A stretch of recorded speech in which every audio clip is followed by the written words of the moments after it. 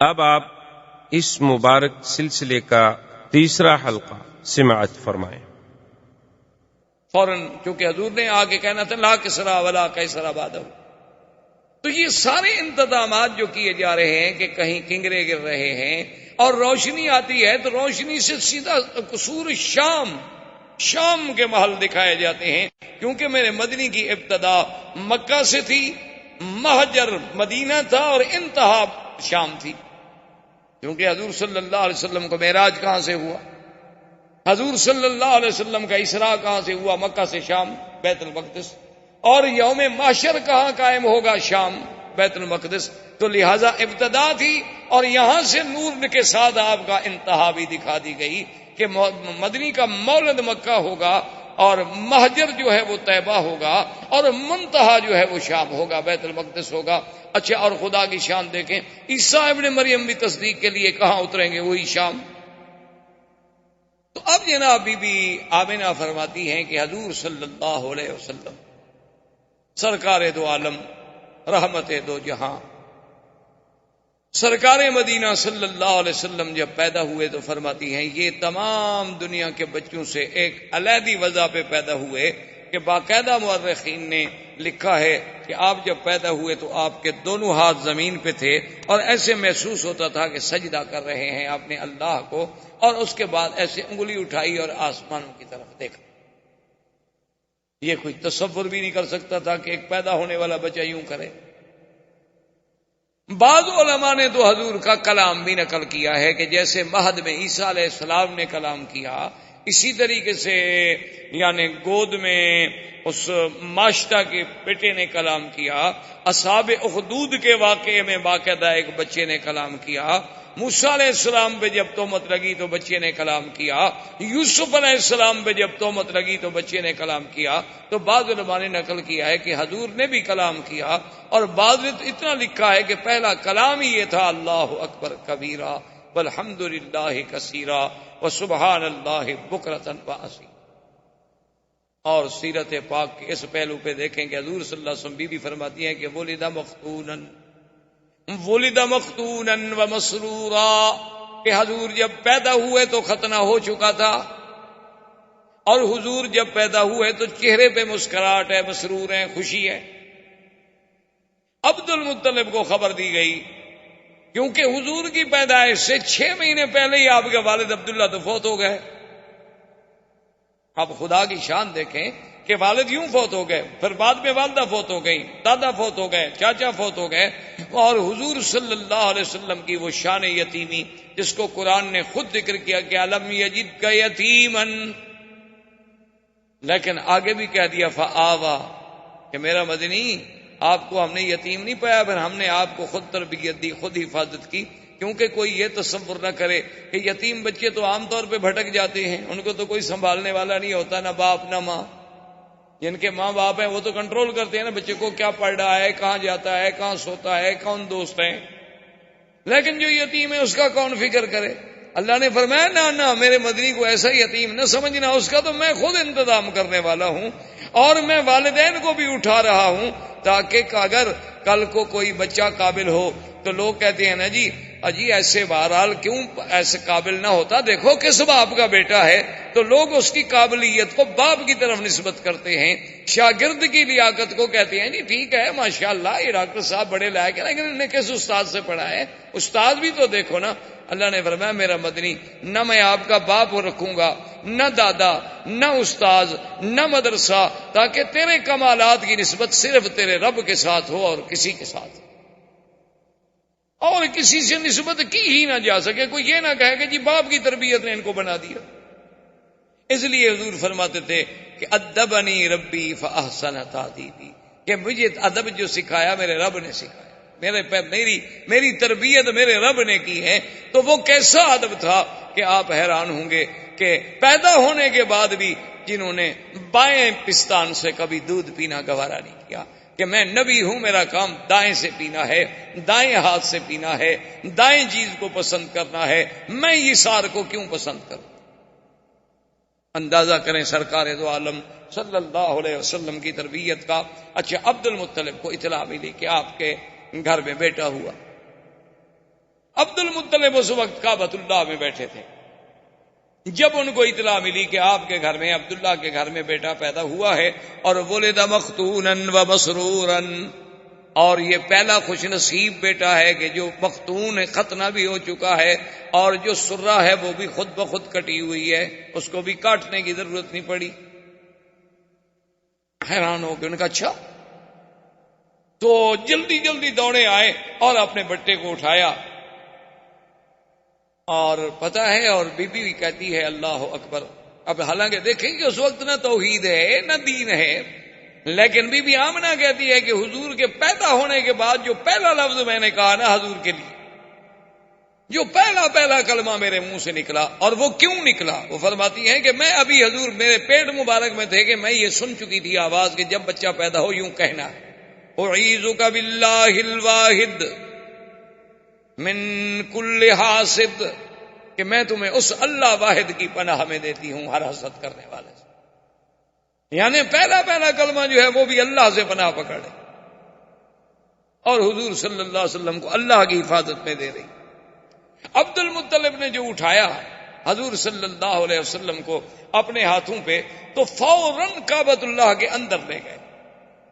عبد المطلب لے کے آئے اور سب سے پہلے کعبے کے اندر لے گئے، اور کعبے کے اندر جا کے اللہ تبارک و تعالیٰ سے دعا کی کہ مولا میرا بیٹا عبداللہ تو فوت ہو گیا ہے، لیکن اتنے جو تو نے شان والا بچہ مجھے عطا فرمایا ہے تو اس کی حفاظت فرما، اس سے دنیا کے ہر شر سے، دنیا کے ہر حسد سے، دنیا کے ہر عناد سے محفوظ فرما، اور اس کو عظمتیں عطا فرما. کعبۃ اللہ کے اندر دعا کر کے واپس آئے، اور آ کے بی بی آمنہ سے کہا کہ خیال رکھنا، اس کا چہرہ مجھے بتا رہا ہے کہ ان ابنی ھذا لشان، اس میرے بیٹے میں کوئی بات ضرور ہونی ہے، یہ ہے کوئی شان والا بچہ.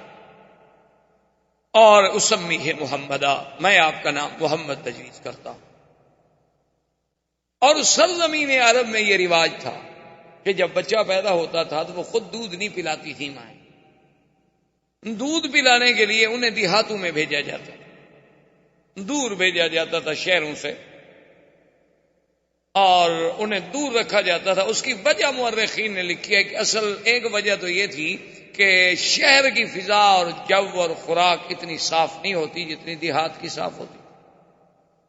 دیہات کی فضا بھی قدرتی بات ہے صاف ہوتی ہے، اور ہوا بھی اور غذا بھی. اب بھی دیکھ لیں آپ، شہر میں آپ کو وہ نعمت میسر نہیں آ سکتی، جب آپ اپنے علاقوں میں، اپنے وطن میں، دیہات میں جاتے ہوں گے تو عجیب سی بات ہوتی.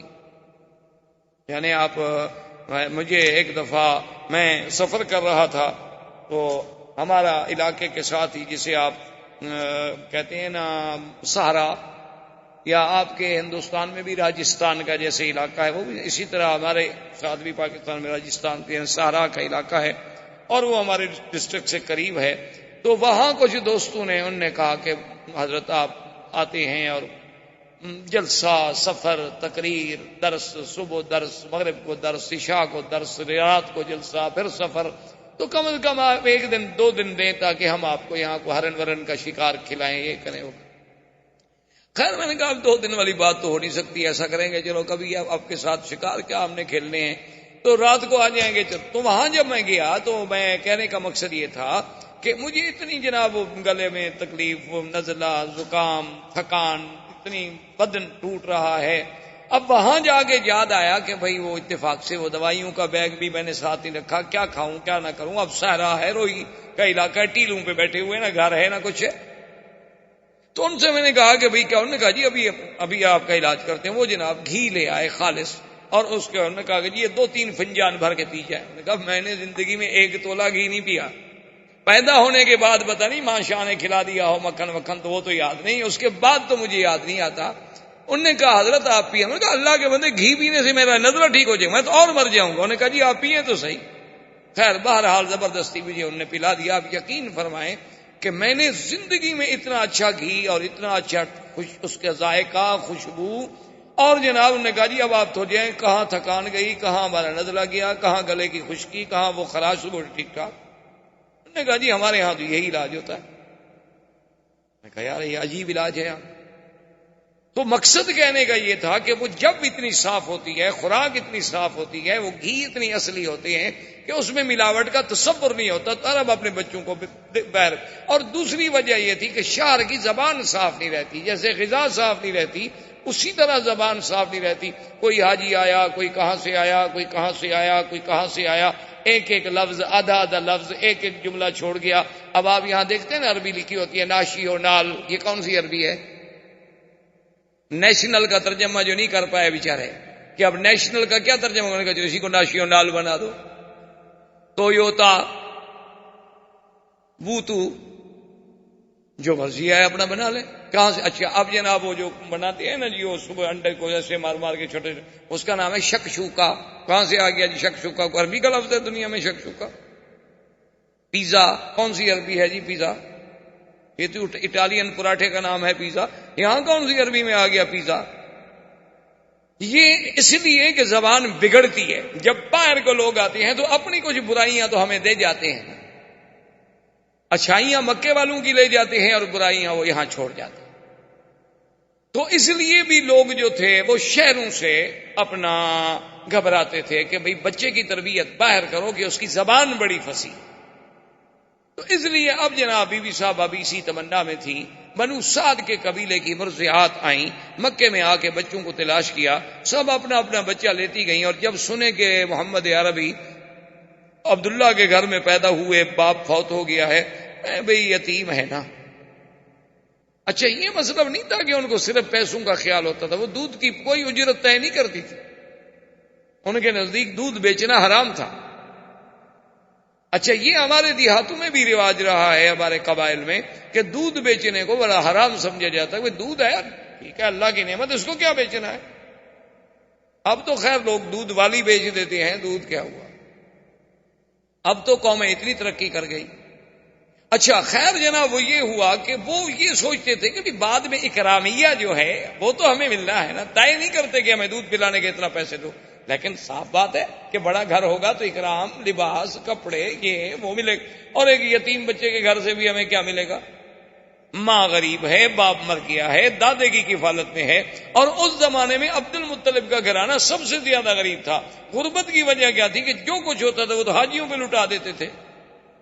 جو کچھ ہوتا تھا وہ حاجیوں پہ لٹایا جاتا تھا کہ ان کو پانی پلاؤ، شربت پلاؤ، ان کو جناب کھانا کھلاؤ، ان کے رہنے کا انتظام کرو. اب اتنے حاجیوں کا انتظام کرنا ہے ایک سردار کو، تو اس کے گھر میں بچ کیا جاتا ہے. تو بہرحال جب وہ مایوس ہو گئیں تو بیٹھے بیٹھے حلیمہ نے، جو حضور صلی اللہ علیہ وسلم کی مرضعہ ہیں، دایا ہیں، اپنے شوہر سے کہا، ان کے شوہر کا نام حارث، اپنے شوہر سے کہا کہ مجھے کوئی بچہ نہیں ملا، اور میں یہ بھی نہیں چاہتی کہ سب لوگ تو بچے لے جائیں اور میں بغیر بچے کے جاؤں. تو اب ایسا کیوں نہ کریں کہ ہم اس یتیم بچے کو لے لیں. اس نے کہا کہ ٹھیک اچھی بات ہے، جب اور کوئی نہیں ملا تو چلو خالی رہنے سے تو بہتر ہے کہ کوئی بچہ تو ہم لے جائیں. بی بی حلیمہ آئی، آگے دیکھا تو عبد المطلب بیٹھے ہیں. انہوں نے پوچھا کون ہو؟ نے کہا میں مرضعہ ہوں، میں سنا ہے کہ بچہ ہے، یتیم ہے اور وہ میں لینا چاہتی ہوں. انہوں نے کہا دیکھ لو کہ وہ یتیم ہے، ان کے والد فوت ہو گئے، اور تمہیں پتا ہے کہ ہم سرداری کی وجہ سے اور خدمت حجاج کی وجہ سے اتنے تنگ دست ہیں، شاید تمہاری خدمت نہ کر سکیں، لیکن ایک بات میں تمہیں بتاؤں، ایسا بچہ تمہیں کبھی نہیں ملے گا. اور اس کے بعد انہوں نے پوچھا ما اسمک، تیرا نام کیا ہے؟ تو بی بی کہتی ہے میں نے کہا حلیمہ. نے کہا قبیلتو کے، تمہارا قبیلہ کون سا ہے؟ نے کہا بنو سعد. تو فرحن شدیدہ، حضرت عبد المطلب بڑے خوش ہو گئے، کہنے لگے اسمو کے حلیمتی، حلیمہ و قبیلتو کے سعد و ابنی محمدہ، تمہارا نام حلیمہ حلم سے ہے اور قبیلہ سعد سعادت سے ہے، لیکن میرا بیٹا بھی تو پھر محمد ہے صلی اللہ علیہ وسلم. اور بی بی حلیمہ کہتی ہیں کہ میں اندر گئی تو حضور صلی اللہ علیہ وسلم ایک سبز ریشمی کپڑا تھا جو اماں نے نیچے بٹھایا ہوا تھا، اور اس پہ حضور ایسے سیدھے لیٹے ہوئے تھے، اور فرماتی ہے کہ اتنا جمال تھا، اتنا حسن تھا، اور اتنی چہرے پہ تبسم تھا کہ میں تو ڈر گئی کہ میں ان کو اٹھا کے نیند سے بیدار کر کے ایسے اس منظر کو کہیں ضائع نہ کر بیٹھوں. میں اب ڈر کے مارے ہاتھ نہ لگاؤں کہ چلو سونے دو میرے پاک نبی صلی اللہ علیہ وسلم، کہ اتنی پیار سے لیٹے ہوئے ہیں. کہ نظریں آسماں کی طرف ہیں، چہرے پہ تبسم ہے، اور رنگ ایسا میں نے نہیں دیکھا، جمال ایسا میں نے نہیں دیکھا۔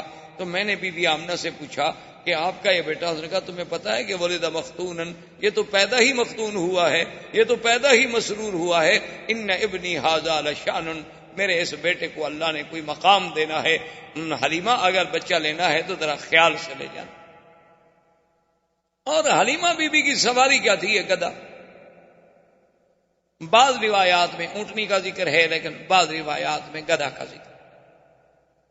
اچھا، اب جناب عجیب شان دیکھیں کہ جب وہ آئے، سواری چونکہ ایک تھی، آگے اس کا شوہر بیٹھا، اصولی سی بات تھی کہ خامن جو ہیں وہ آگے بیٹھتے ہیں اور عورتیں پیچھے بیٹھتی ہیں۔ آج کل تو نہیں، یعنی اس زمانے کی میں بات کر رہا ہوں، یہ حضور صلی اللہ علیہ وسلم کے اس دور ولادت کی بات ہے۔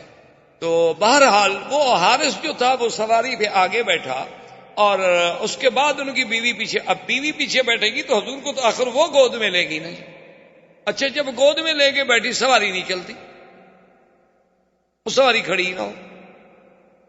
اب بیوی کہتی ہے میں حیران ہو گئی، پہلے ہماری سواری کمزور تھی، اب اور یہ ہو گیا کہ بھئی اتنا بچے کا بوجھ تو نہیں ہو سکتا کہ اس کی وجہ سے یہ نہ چلے۔ تو کہتی ہیں کہ میں نے کہا اپنے شوہر سے کہ ایسا کرو کہ سواری ایک تو کمزور ہے، دوسرا شہر میں آنے کے بعد بھی سواری جو ہے جانور پر اثرات ہوتے ہیں، ابھی تم اس کو آگے پکڑ کے چلاؤ، جب باہر نکل جائیں گے پھر تم بیٹھ جانا۔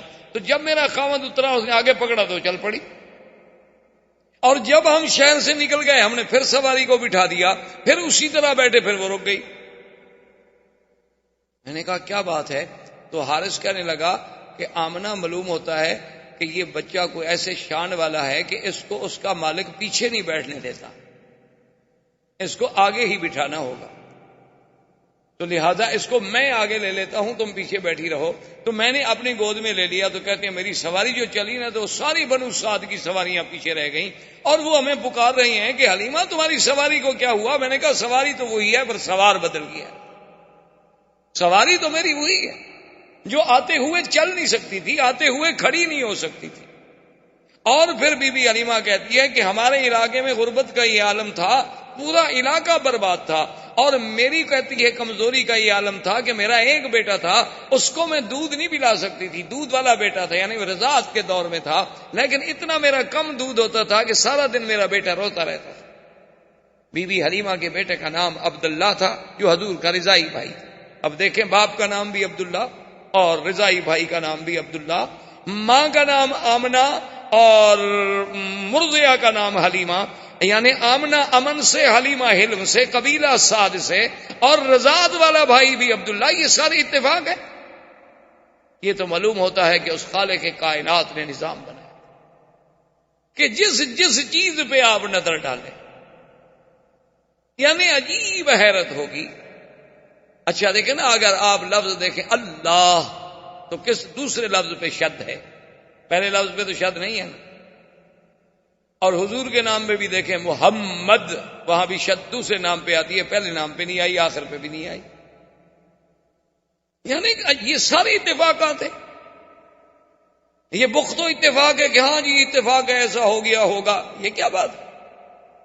یہ سارے زمین و آسمان کی سٹیجیں جو سجائی جا رہی ہیں، یہ سارے اتفاق نہیں، بلکہ معلوم یہ ہوتا ہے کہ یہ کارخانہ ہستی اللہ تبارک و تعالی نے شاید اسی آنے والی ذات کے لیے پیدا کیا کہ اب جناب بھائی کا نام کیا ہے؟ عبداللہ، اور آپ کی دو بہنیں بھی ہیں رضائی، ایک کا نام تھا شیمہ اور ایک کا نام تھا انیسا یا انیسا۔ تو بی بی حلیمہ کہتی ہے کہ میرا اتنا دودھ بھی نہیں ہوتا تھا کہ میرا بچہ پی لے، وہ بیچارہ روتا رہتا تھا، نیند نہیں آتی تھی بھوک کے مارے، کہ اور تو کوئی رضا کوئی نہیں تھی۔ لیکن کہتی ہے جب میں حضور کو لے کے آئی تو کہتی ہے پہلا دن تھا کہ میرے سینے کے دونوں حصے جو ہے دودھ سے بھر گئے، اور حضور پاک نے بھی پیٹ بھر کے دودھ پیا اور میرے بیٹے نے بھی پیٹ بھر کے دودھ پیا، اور دونوں آرام کرتے رہے کہ اللہ نے میرے بدن میں بھی انقلاب، میرے گھر میں بھی انقلاب، اور میری بکریاں شام کو چرنے گئی، واپس آئیں تو ان کے نت بھرے ہوئے ہیں دودھ سے۔ ایک ہماری بالکل مریل قسم کی اونٹنی تھی جو اٹھ کے نہیں کھڑی ہو سکتی تھی، تو میرا شوہر دوڑا ہوا آیا، اس نے کہا حلیمہ دیکھا وہ اونٹنی کھڑی ہے اور دودھ اترا ہوا ہے، برتن لاؤ میں دودھ لے کے آؤں، چونکہ اونٹنی کا دودھ عرب کو بڑا محبوب تھا۔ تو اللہ تبارک و تعالی نے حضور پاک صلی اللہ علیہ وسلم کی بی بی حلیمہ کے گھر جانے سے وہ ظاہری برکتیں، وہ باطنی برکتیں، وہ معنوی برکتیں، وہ حصی برکتیں، وہ وجودی برکتیں ایسے اظہار ہوئے کہ دنیا دنگ رہ گئی۔ اور پھر بی بی کہتی ہے کہ حضور کے اپنے بدن میں جو بڑھنے کا انداز تھا، یعنی عجیب حیرت کی بات تھی کہ جو بچہ 1 مہینے میں بڑھتا ہے اتنا حضور 1 دن میں بڑھ جاتے تھے۔ یعنی بی بی صاحبہ فرماتی ہیں جب حضور کی عمر 2 سال کی ہوئی ہے تو آپ 6 سال کے نظر آتے تھے، اور حضور صلی اللہ علیہ وسلم نے 4 مہینے کی عمر میں بولنا شروع فرما دیا، اور اتنے فصیح لفظ کہ اب دیکھیں نا، حضرت ابو بکر صدیق خود قریشی ہے، خود اہل مکہ ہیں۔ کبھی کبھی انہوں نے ایک دفعہ حضور صلی اللہ علیہ وسلم سے کہا کہ یا رسول اللہ صلی اللہ علیہ وسلم، مجھے بڑی حیرت ہوتی ہے کہ کبھی آپ ایسا لفظ بولتے ہیں کہ ہم عرب ہیں، کرشی ہیں، لیکن ہمیں بھی سمجھ نہیں آتا اس کا ترجمہ۔ تو حضور نے فرمایا کہ ابو بکر ایسا کیوں نہ ہو، ایسا کیوں نہ ہو، ولدت فی قریش وربیت فی بنو سعد، اللہ نے مجھے قریش میں پیدا کیا اور بنو سعد جیسے قبیلے میں نے وہاں تربیت پائی، میں نے وہاں دودھ کا زمانہ گزارا۔ اگر میری زبان فصیح نہیں ہوگی تو پھر کس کی زبان فصیح؟ تو اللہ تبارک و تعالی آپ کو بھی اور مجھے بھی حضور کی سیرت پر عمل کرنے کی توفیق عطا فرمائے۔ زندگی باقی تو بات باقی۔ اللہم صلی علی سیدنا محمد وعلی آل سیدنا محمد کما صلیت علی ابراہیم وعلی آل ابراہیم فی العالمین انک حمید مجید۔ برادران اسلام، جیسا کہ الحمدللہ آپ کو علم ہے کہ چند دنوں سے ہم سیرت رسول پاک صلی اللہ علیہ وسلم کے ضمن میں کچھ باتیں کہہ رہے ہیں اور سن رہے ہیں۔ سب سے پہلے درس اول میں جزیرہ عرب کے حالات پہ بحث کی گئی کہ حضور صلی اللہ علیہ وسلم سے قبل جزیرہ عرب کا کیا حال ہے۔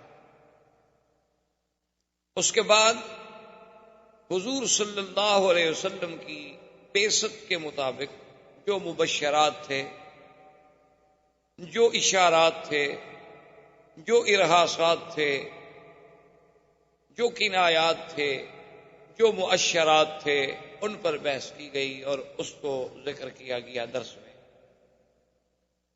اور پھر تیسرے درس میں حضور صلی اللہ علیہ وسلم کی ولادت باسعادت، حضور صلی اللہ علیہ وسلم کا ولادت کے وقت کے حالات، حضور صلی اللہ علیہ وسلم کے ولادت کے وقت کے معجزات، اور حضور صلی اللہ علیہ وسلم کے لیے اسم محمد کا تجویز ہونا، یہ ذکر کیا گیا۔ اور پھر حضور کی رضاعت، حضور صلی اللہ علیہ وسلم کا بی بی حلیمہ سعدیہ کے پاس تشریف لے جانا، جیسے عرب کی یہ عادت تھی کہ بچوں کو ولادت کے بعد دیہات میں، جنگلوں میں، دور افتادہ آبادیوں میں بھیجا کرتے تھے تاکہ خالص غذا ملے، خالص لغت ملے، ان کی لغت بھی فصیح ہو، ان کی صحت بھی بہتر ہو، اور شہر کی آلودگیوں سے بچ جائیں، اور ان کی زبانوں میں بھی کسی قسم کا خلل نہ آئے۔ اس بنا پر حضور صلی اللہ علیہ وسلم کو بھی بی بی حلیمہ جو قبیلہ بنو سعد کی مرضیہ تھی، دودھ پلانے والی تھی، وہ ان کی نصیب میں حضور صلی اللہ علیہ وسلم کی ولادت آئی، رضاعت آئی، اور وہ ان کو لے کر اپنی بستی بنو سعد میں، جو قبیلہ بنو سعد مکے اور طائف کے درمیان میں ایک جگہ تھی، وہاں لے گئے۔ اسی ضمن میں ہم نے یہ بھی ذکر کیا تھا کہ حضور صلی اللہ علیہ وسلم کے رضائی بھائی بھی تھے عبداللہ، اور آپ کی ایک رضائی بہن بھی تھی جن کا نام شیمہ۔ تو اب بی بی حلیمہ فرماتی ہے کہ حضور صلی اللہ علیہ وسلم کے آنے کے بعد ایسی ایسی برکات کا ظہور ہوا کہ جس کا ہم تصور بھی نہیں کر سکتے، کہ ہمارے گھروں میں جو قحط کا عالم تھا اللہ نے برکتیں پیدا فرما دی۔ بی بی حلیمہ فرماتی ہیں کہ میرا اپنا دودھ اتنا نہیں ہوتا تھا کہ میرا اپنا بچہ جو ہے وہ پی لے اور اچھی طرح نیند لے سکے، لیکن حضور صلی اللہ علیہ وسلم کے آنے کے بعد اللہ نے میرے دودھ میں بھی اتنی اضافہ کر دیا کہ اب ایک بچے کے بجائے دونوں پیتے اور دونوں آرام سے سکون کے ساتھ آرام کرتے۔ اور اسی طرح بی بی حلیمہ سعدیہ یہ فرماتی ہیں کہ حضور صلی اللہ علیہ وسلم کی جو اٹھان تھی وہ عام بچوں سے علیحدہ تھی، کہ یعنی جو بچہ 1 مہینے میں بڑھتا ہے حضور 1 ہفتے میں بڑھ جاتے. اور حضور صلی اللہ علیہ وسلم کا لیٹنا، حضور صلی اللہ علیہ وسلم کا باتیں کرنے کا انداز چھوٹی سی عمر میں، حضور صلی اللہ علیہ وسلم کا کسی بات میں جھگڑا نہ کرنا، کسی بات میں تعارض نہ کرنا، حضور صلی اللہ علیہ وسلم کا باوجود چھوٹی سی عمر کے ہر چیز میں تیامن یعنی دائیں طرف کو ترجیح دینا، بائیں طرف سے بچنا، یہ ساری چیزیں ایسی تھیں جو مجھے عجیب نظر آتی. اور میں صرف حیران نہیں تھی بلکہ ہمارا قبیلہ بنو سعد پورے کا پورا حیران تھا کہ یہ کون سا ایسا بچہ آ گیا ہے شان والا کہ جس کی وجہ سے اس علاقے کی کایا اللہ نے پلٹ دی ہے کہ تم نے کانٹوں کو چھوا اور گلستان کر دیا. کہ جہاں جہاں سے حضور صلی اللہ علیہ وسلم گزرے، جہاں جہاں حضور صلی اللہ علیہ وسلم کے قدم پہنچے، وہ جگہ جو تھی جنت سما ہوتی گئی. جہاں تیرا نقش قدم دیکھتے ہیں، خرامہ خرامہ ارم دیکھتے ہیں. تو اسی اسنا میں کہتی ہیں جب حضور تھوڑے کچھ چلنے پھرنے کے قابل ہو گئے تو حضور پاک صلی اللہ علیہ وسلم نے مجھ سے پوچھا کہ اماں حلیمہ میرے بھائی جو ہیں یہ کہاں چلے جاتے ہیں؟ سارا دن غائب ہوتے ہیں، شام کو آتے ہیں. میرا بھائی بھی غائب ہو جاتا ہے، میری بہن شیمہ بھی غائب ہو جاتی ہیں، تو یہ کہاں چلی جاتی ہیں؟ تو بی بی حلیمہ سعدیہ نے کہا کہ بیٹا کیونکہ ہم غریب لوگ ہیں، کچھ دمبیاں ہیں، کچھ بکریاں ہیں، کچھ مویشی ہیں، تو ان کو وہ چرانے کے لیے دور جاتے ہیں اور چرا کے شام کو واپس آ جاتے ہیں. تو فرماتی ہیں کہ محمد مصطفیٰ صلی اللہ علیہ وسلم نے فرمایا کہ اماں میں بھی ان کے ساتھ بکریاں چرانے کے لیے جاؤں. تو میں نے کہا بیٹا آپ کو تکلیف کرنے کی کیا ضرورت ہے، آپ کو تو ہم اپنے پاس لائے ہیں خدمت کے لیے. انہوں نے کہا نہیں، میں یہ نہیں سوچ سکتا کہ میرے بھائی اور بہن ایک عمل کریں، ایک محنت کریں اور میں اس میں شرکت نہ کروں. تو حضور صلی اللہ علیہ وسلم بھی تشریف لے گئے.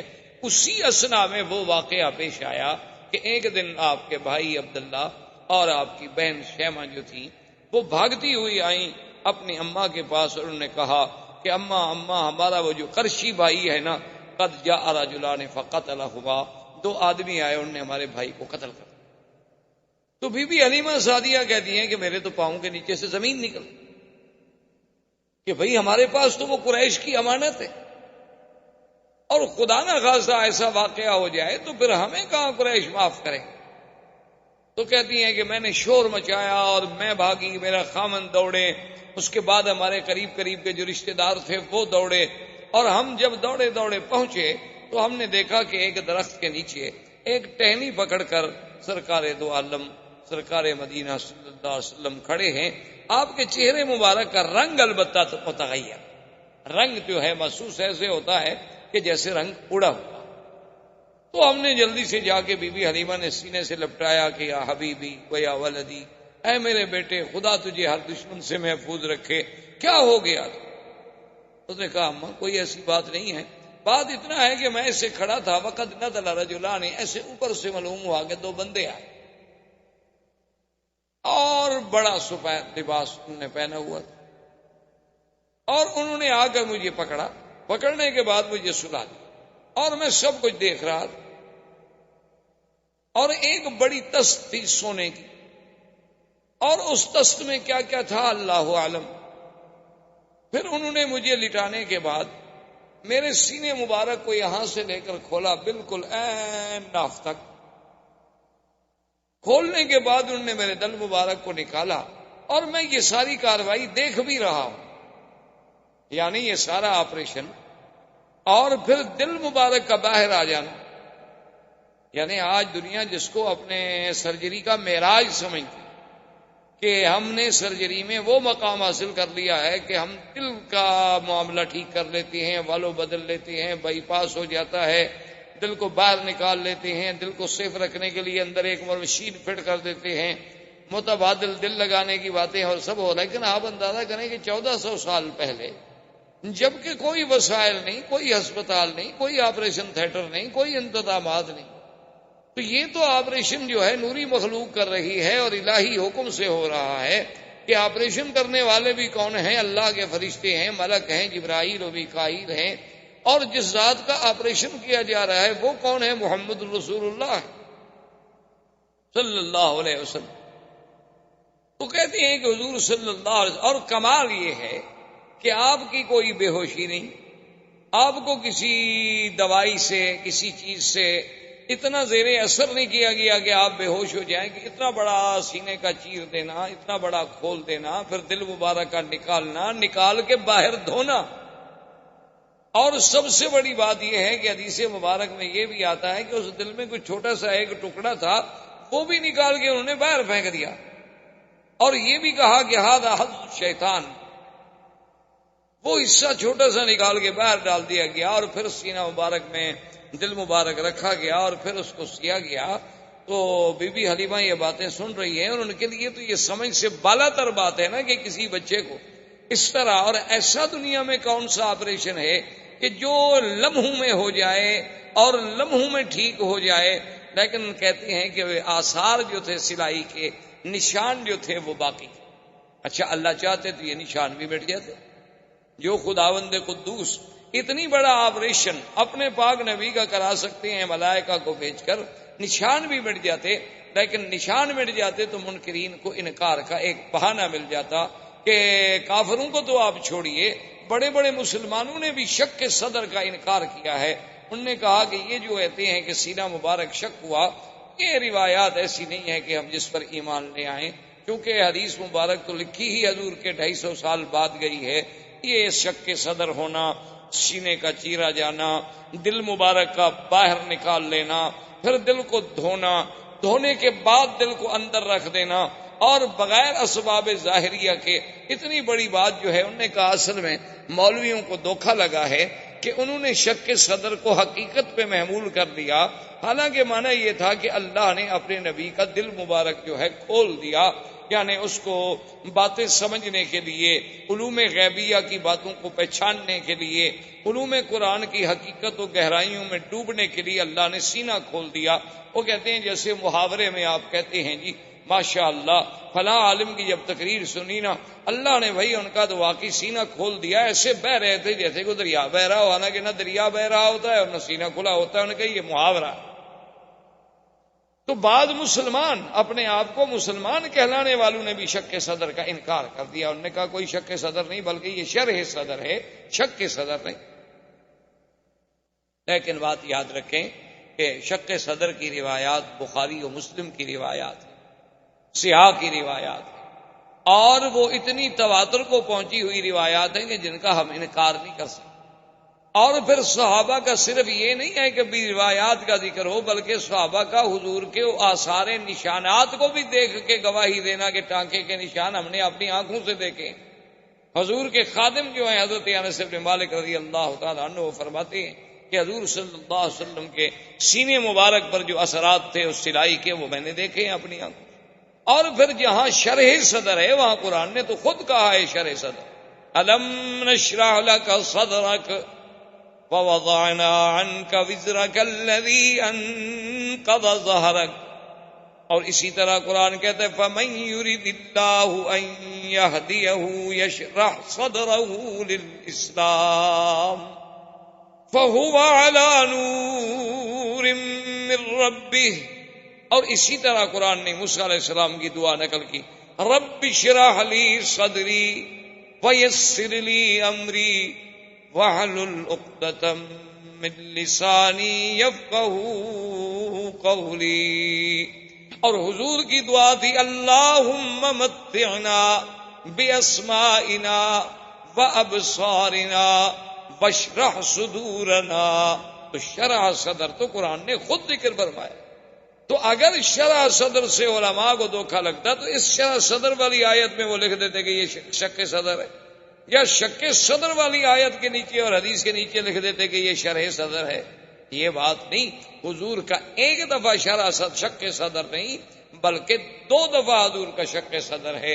ایک بچپن میں جب سرکار دو عالم صلی اللہ علیہ وسلم اپنی مرضعہ بی بی حلیمہ بنو سعد کے قبیلے میں تھے، اس وقت بھی آپ کا سینہ مبارک کھولا گیا۔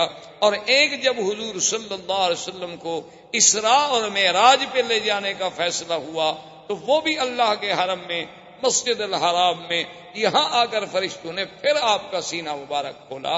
اور اصل وجہ اور حکمت اللہ کی شان یہ تھی کہ آخر حضور صلی اللہ علیہ وسلم جلالت شان کے ساتھ، اس میں تو کوئی شک نہیں کہ آپ بشر ہیں اور سید البشر ہیں، اس میں تو کوئی شک نہیں کہ آپ ابن عبداللہ ہیں، اس میں تو کوئی شک نہیں کہ آپ ابن آمنہ ہیں، اس میں تو آپ کوئی شک نہیں کہ آپ عبد المطلب کے پوتے ہیں، ابی طالب کے بھتیجے ہیں، عبداللہ کے بیٹے ہیں، آمنہ کے لال ہیں، بی بی حلیمہ سعدیہ سے دودھ پینے والے ہیں۔ تو علماء نے لکھا ہے کہ وہ تقاضائے بشریت کا جو حصہ تھا، اللہ کو یہ بھی گوارا نہیں تھا کہ اس بشریت کی چیز پر کبھی کسی شیطان کے وساوس کا اثر ہو جائے۔ اللہ نے اس حصے کو ہی نکال دیا کہ وہ چیز ہی باقی نہ رہے، اب باقی ہی وہ رہے گا جس کا تعلق صرف اللہ سے ہو سکتا ہے، غیر اللہ کا کوئی تاثر وہاں دخل ہی نہیں دے سکتا، اس لیے کہ اللہ کے بندوں پر جب شیطان کا اثر نہیں ہو سکتا تو اللہ کے نبی تو پاک ہوتے۔ تو اللہ تبارک و تعالیٰ نے ان کا ایک حقیقتاً ہی انتظام فرما دیا کہ اس حصے کو ہی نکال دو، اس جگہ کو ہی نکال دو جہاں شیطان کے وساوس کا حملہ ہو سکتا تھا باعتبار بشریت کے، ورنہ اللہ کے رسول صلی اللہ علیہ وسلم تو اتنے معصوم ہیں کہ انسان تو انسان، جن تو جن، بلکہ شیطان۔ ایک صحابی نے پوچھا کہ حضور قرآن پاک میں موجود ہے کہ ہر بندے کے ساتھ ایک ملک ہوتا ہے، ایک فرشتہ ہوتا ہے اور ایک شیطان ہوتا ہے، ایک قرین ہوتا ہے شیطان اور ایک ملک ہوتا ہے ہر بندے کے ساتھ، تو کیا یا رسول اللہ صلی اللہ علیہ وسلم آپ کے ساتھ بھی وہ قرین ہے، وہ شیطان ہے؟ آپ نے فرمایا کہ ہے ولکنہ اسلم، ہے تو صحیح لیکن وہ بھی مسلمان ہو گیا، تو لہذا اب وہ بھی میرے خلاف تو کوئی غلط بات تو مجھے نہیں بتا سکتا۔ یعنی حضور صلی اللہ علیہ وسلم کی صحبت کا یہ عالم تھا۔ تو ایک دفعہ تو آپ کو بچپن میں تیار کیا گیا کہ وہ حصہ جو ہے اس کو نکال دیا جائے اور آپ کے دل کو ایمان و حکمت سے بھر دیا جائے کہ انا سنلقی علیک قولا ثقیلا، پھر ہم نے آپ پر ایک بہت بڑا بھاری قول اتارنا ہے، اللہ نے قرآن اتارنا ہے، اللہ نے قرآن کے اعلان کے لیے اپنے پاک پیغمبر کو تیار کرنا ہے۔ تو یہ باطنی تیاری بھی ہو رہی تھی، ظاہری تیاری بھی ہو رہی تھی۔ تو اب بی بی حلیمہ کہتی ہیں کہ میں حیران ہو گئی، میں نے کہا اب اس کا حل کیا ہے، کیا ہو سکتا ہے؟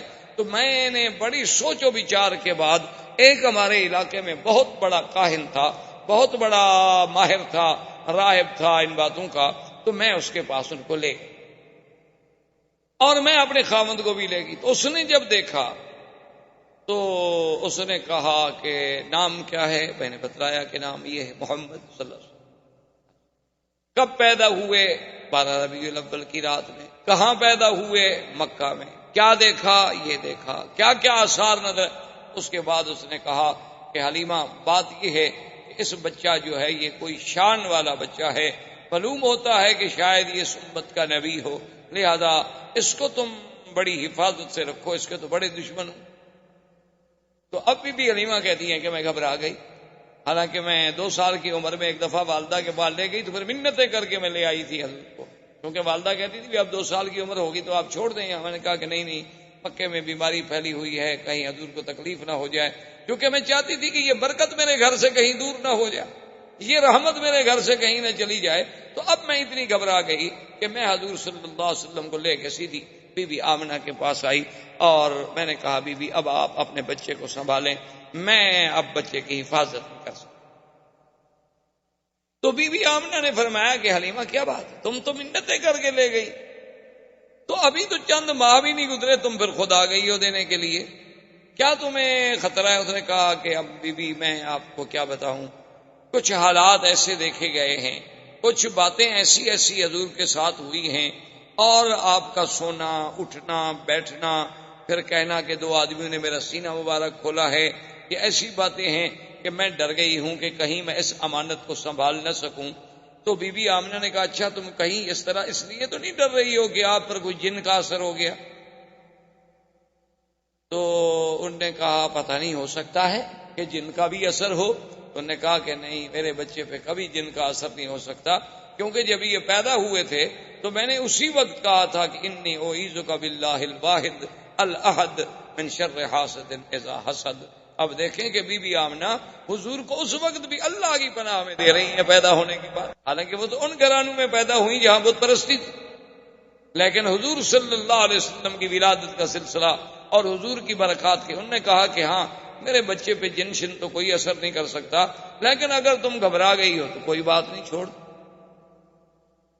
تو حضور صلی اللہ علیہ وسلم پھر اپنی ماں کے پاس آ گئے، اور اس کے بعد عبد المطلب ابھی زندہ تھے، اور کفالت جو تھی وہ عبد المطلب کی تھی، اور عبد المطلب مکے کے سردار، اور عبد المطلب کے لیے کعبۃ اللہ کے بالکل عین دروازے کے قریب بساط بچھائی جاتی تھی، یعنی آپ کے لیے جیسے آپ نے دیکھا نا عرب کا اب بھی رواج ہے کہ گھروں سے باہر مکانوں کے ایسے تھڑے بنے ہوتے ہیں، وہاں کپڑا بچھا دیں گے، سرانے رکھ دیں گے، پیچھے مجلس بنا کے بیٹھ جائیں، عرب کا اب بھی رواج۔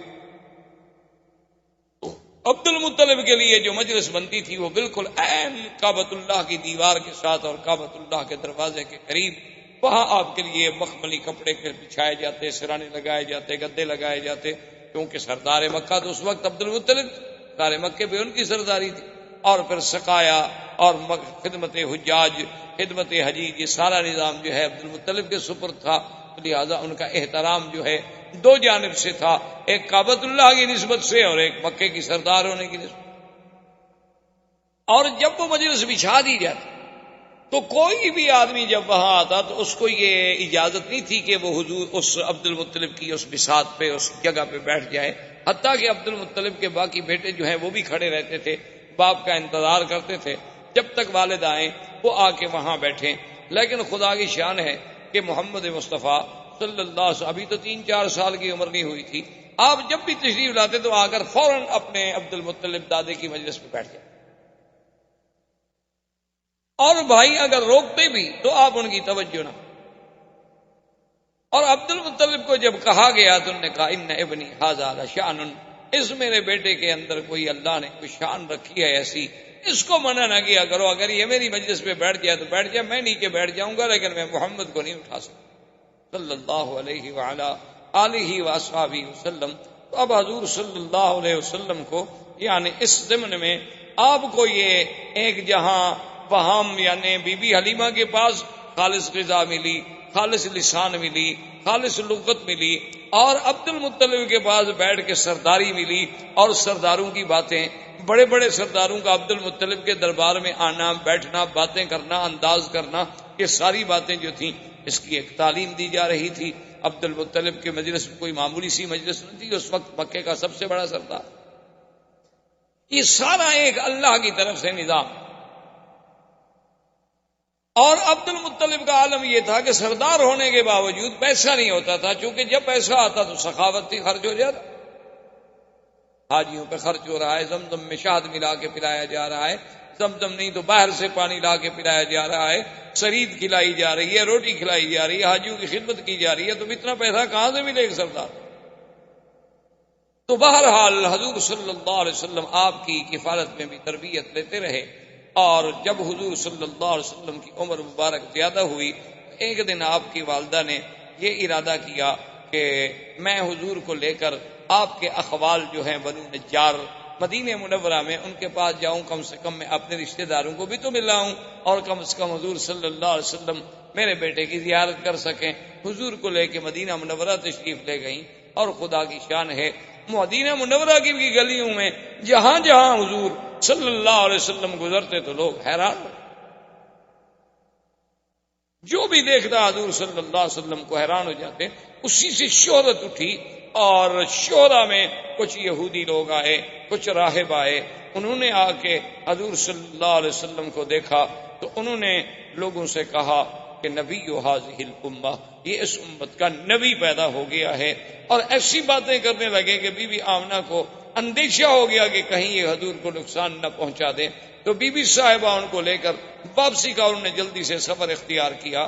ابھی راستے میں مقام ابوا پہ تھیں کہ بی بی آمنہ فوت ہو، والد پہلے فوت ہو چکے۔ بعض روایات تاریخ میں یہ بھی ہے کہ بی بی آمنہ کو یہاں جنت المعلی میں دفن کیا گیا،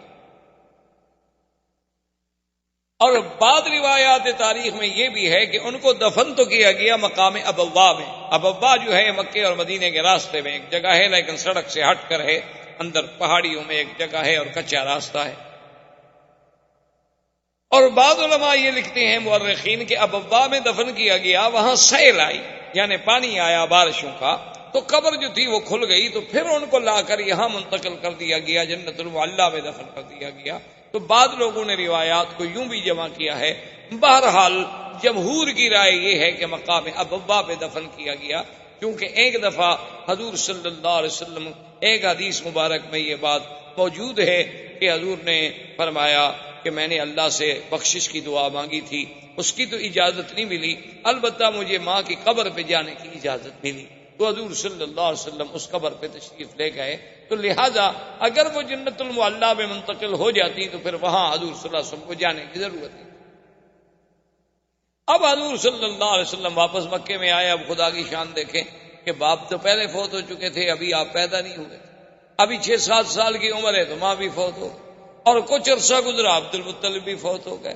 اب آپ کی کفالت جو ہے وہ ابو طالب کے پاس چلی گئی۔ خدا کا نظام ایسا، اللہ نہیں چاہتے تھے کہ میرے مدنی پہ کسی کا سایہ رہے، اسی لیے بعض علماء لکھتے ہیں نا کہ اللہ نے حضور کو بغیر بے سایہ پیدا کیا، وہ سمجھتے ہیں کہ شاید دوسرا سایہ بھی نہیں تھا۔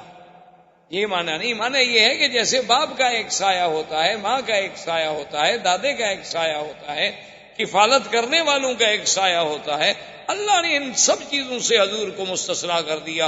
اللہ نے فرما دیا میرا مدنی ہم آپ کی خود حفاظت کریں۔ الم یجدک یتیما فآوی ووجدک ضالا فہدی۔ اللہ نے فرمایا کیا ہم نے آپ کو یتیم نہیں پایا، پھر ہم نے آپ کو خود ٹھکانا۔ تو اس تربیت، اچھا اگر فرض محال ایک شاگرد قابل ہو تو لوگ کہتے ہیں جی ان کا استاذ بڑا قابل، تو اس کی لیاقت و صلاحیت استاد کی طرف جاتی ہے، اولاد کی باپ کی طرف جاتی ہے۔ اللہ نے فرمایا ہم اپنے نبی کی تربیت ہی خود کریں گے، جیسے انہوں نے فرمایا ادبنی ربی فاحسن تادیبی، مجھے تو ادب بھی میرے رب نے سکھایا، میرے اللہ نے میرے ادب کا انتظام کیا۔ یعنی آپ حیران ہوں گے کہ مکے میں طواف اریاں کرنا، مکے میں کسی کا اریاں ایک دوسرے کے سامنے غسل کرنا، یہ چیزیں عیب ہی نہیں سمجھی جاتی، یعنی یہ کی چیزیں عیب بھی نہیں سمجھی جاتی تھی، بالکل اس پر کے یہ مردانگی کی ایک علامت۔ تو ایک دفعہ حضور صلی اللہ علیہ وسلم ایک چاچے کی امداد کے لیے، بعض روایات میں ہے کہ زمزم کی کھدائی میں، اور ایک روایت میں ہے کہ کعبۃ اللہ کی تعمیر جب قریش کر رہے تھے تو حضور پتھر اٹھا رہے تھے، تو آپ کے چچا نے کہا کہ یا محمد صلی اللہ علیہ وسلم آپ کندھوں پہ پتھر رکھتے ہیں، آپ کو تکلیف ہوتی ہوگی، تو آپ چادر مبارک نکال لیں اور کندھے پہ رکھ دیں تاکہ آپ کو پتھر اٹھانے میں تکلیف نہ ہو۔ تو ابھی حضور پاک نے چادر مبارک کھولی، فوراً آپ بے ہوش ہو گئے، حضور صلی اللہ علیہ وسلم پہ بے ہوشی طاری ہو گئی، اور اس کے بعد جب ہوش آیا تو آواز آئی کہ آپ اپنے آپ کو کبھی بغیر کپڑوں کا نہیں رکھ سکتے۔ تو اللہ پاک نے انتظام کر دیا کہ ساری دنیا اوریاں ہو سکتی ہے لیکن میرا مدنی محمد مصطفیٰ اوریاں نہیں ہو سکتا، یہ اوریانی تو شرف کے خلاف چیز ہے، اس کے لیے اللہ کے نبی کی شان تو ایسی نہیں، اور دنیا چاہے کچھ۔ اچھا بعض لوگوں نے یہ بھی لکھا ہے کہ مکے والوں نے دراصل یہ ایک اپنی کبائی کے لیے بھی ایک ذریعہ بنایا تھا کہ انہوں نے ایک اعلان کر دیا تھا کہ اللہ کے گھر کا کوئی آدمی طواف اپنے کپڑوں میں نہیں کر سکتا، یا تو وہ ہمس سے کپڑے لے، اپنے آپ کو کہتے تھے ہمس کہ ہم جو ہے مجاورین کعبہ ہیں، تو یا تو ہم سے کپڑے لیں اور وہ کپڑے پہن کے طواف کریں، بس صورت دیگر اپنے کپڑوں میں طواف نہیں کر سکتے، پھر بغیر کپڑوں کے طواف کریں۔ تو جو لوگ آتے تو وہ ان سے پیسے، ان سے کپڑے لیتے، تو صاف بات ہے کہ پھر نظر نیاز چڑھاوا تو دینا ہے مجاوروں کو، تو اس کے بعد ان کے پیسے بن جاتے، چاندی بن جاتی، اور جن غریبوں کے پاس پیسے نہ ہوتے وہ کعبۃ اللہ کا اریاں طواف کرتے، چاہے مرد ہوتے چاہے عورتیں ہوتی، اور یہ اریاں طواف اس وقت تک ہوتا رہا، حضور کا نبوت مل گئی، اعلان نبوت ہو گیا، حضور کی مکی زندگی، حضور صلی اللہ علیہ وسلم مدینہ منورہ میں تشریف لے گئے 9 ہجری تک، یعنی 9 ہجری تک اللہ تبارک و تعالیٰ کے گھر کا طواف جو ہے وہ بغیر لباس کے اریاں ہوتا رہا۔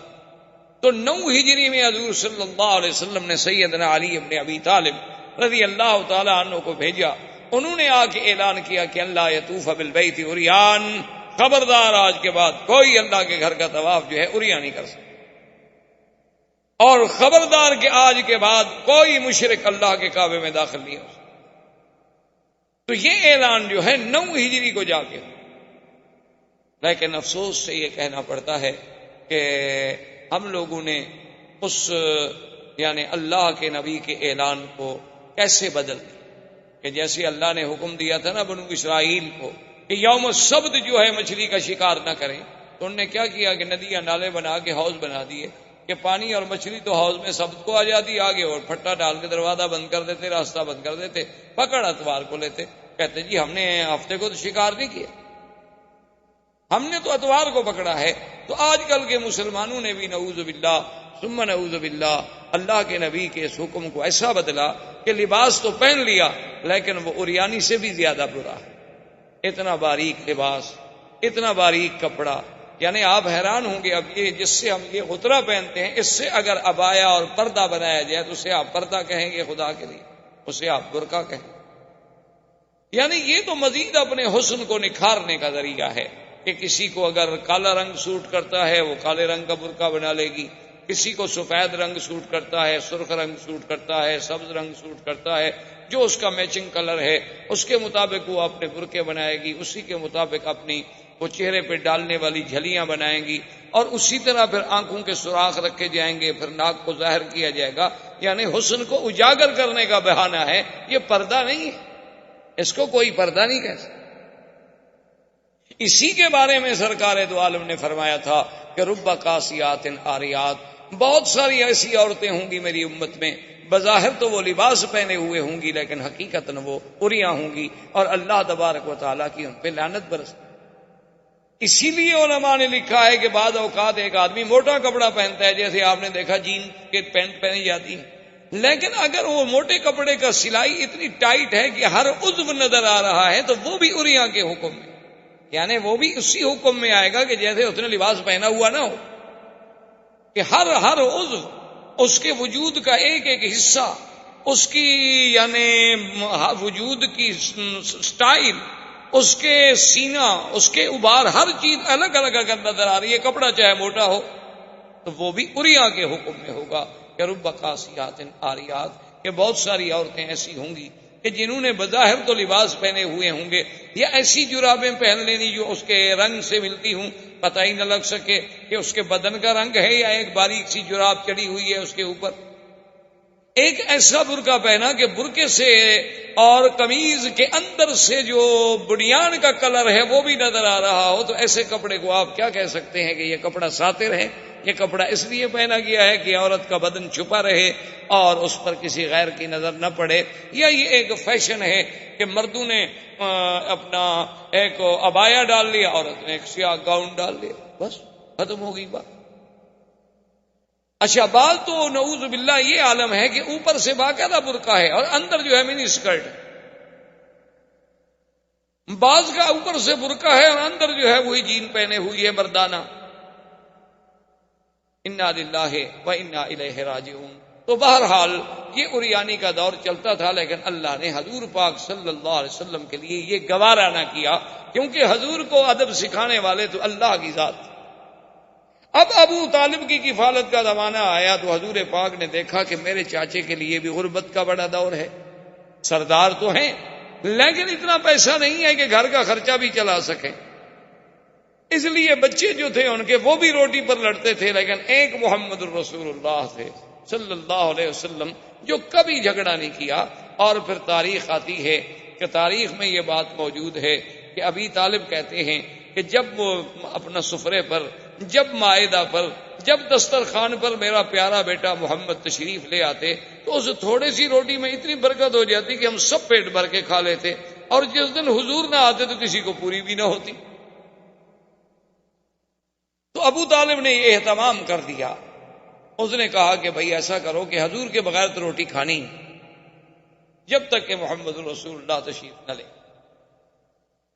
تو اب حضور صلی اللہ علیہ وسلم نے چاچا سے کہا کہ میں آپ کی مدد کرنا چاہتا ہوں اور آپ مجھے اجازت دیں کہ میں بھی کوئی کام کروں۔ تو انہوں نے کہا کہ بیٹا آپ کام نہ کریں۔ حضور نے فرمایا کہ نہیں، میں یہ برداشت نہیں کر سکتا کہ آپ کے بڑھاپے کا زمانہ ہے، اخراجات بہت زیادہ ہیں، اور اللہ نے مجھے الحمدللہ جوان بنایا ہے، تو میں کیوں نہ کام کروں۔ تو حضور نے بکریاں چرانی، اللہ قرارید کچھ پیسے مقرر ہو گئے، حضور بھی بکریاں لے کے تشریف لے جاتے باہر، ان کو چراتے، مزدوری کرتے۔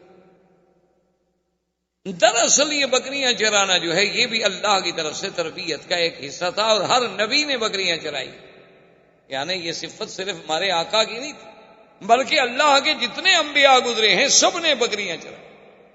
علماء نے لکھا اس میں حکمت تھی کہ تمام جانوروں میں سب سے زیادہ شرارتی جانور جو ہے بکری ہے۔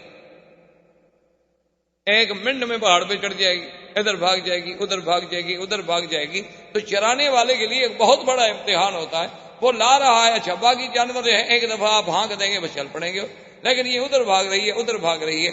اور اس لیے حضرت موسیٰ علیہ السلام کا ایک دفعہ آتا ہے نا کہ ایک بکری کے پیچھے بھاگتے بھاگتے بھاگتے جب غصے میں آئے تو اسے بیت مارا، تو اللہ نے کہا کہ موسیٰ میرے بندے بھی تو میری فرمان سے بھاگتے رہتے ہیں، لیکن میں نے تو ان کو معاف کر دیتا ہوں، تو میں ایک بکری کو بھی معاف نہ کر سکتا؟